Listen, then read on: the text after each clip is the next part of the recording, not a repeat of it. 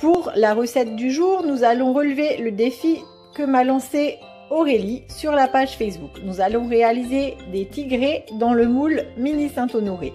Pour cette recette, vous allez avoir besoin de 70 g de beurre mou, 50 g de sucre ou de cassonade, 50 g de vermicelle de chocolat, 40 g de farine, 20 g de poudre d'amande et une bonne cuillère à café de levure chimique, un œuf. Et pour garnir les petits tigrés, nous avons fait une ganache avec 50 g de chocolat et 40 g de crème. Voilà, c'est parti avec mon assistant du jour pour la réalisation de la recette. La première étape de la recette, nous allons prendre notre œuf, le mettre dans un bol avec le sucre et mélanger au fouet jusqu'à ce que le mélange blanchisse.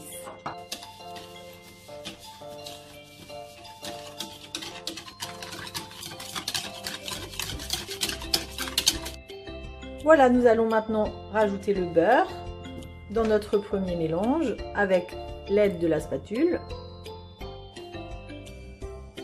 Nous allons touiller tout ça jusqu'à ce que ce soit homogène. On rajoute maintenant notre mélange de poudre, donc la farine, la poudre d'amande et la levure. On continue toujours de mélanger de façon homogène. La dernière étape, nous allons mettre les vermicelles de chocolat à l'aide de notre spatule.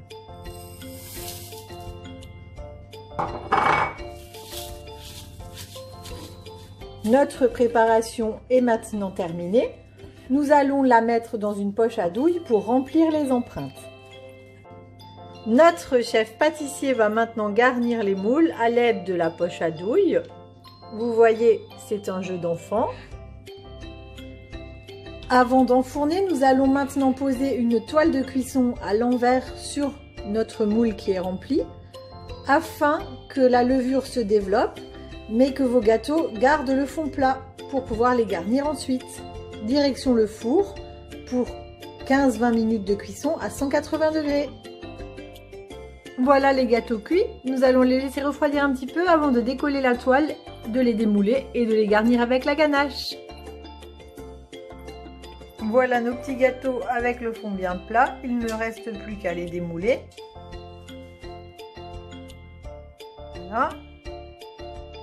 À les poser sur notre plat de service et à les garnir avec la ganache.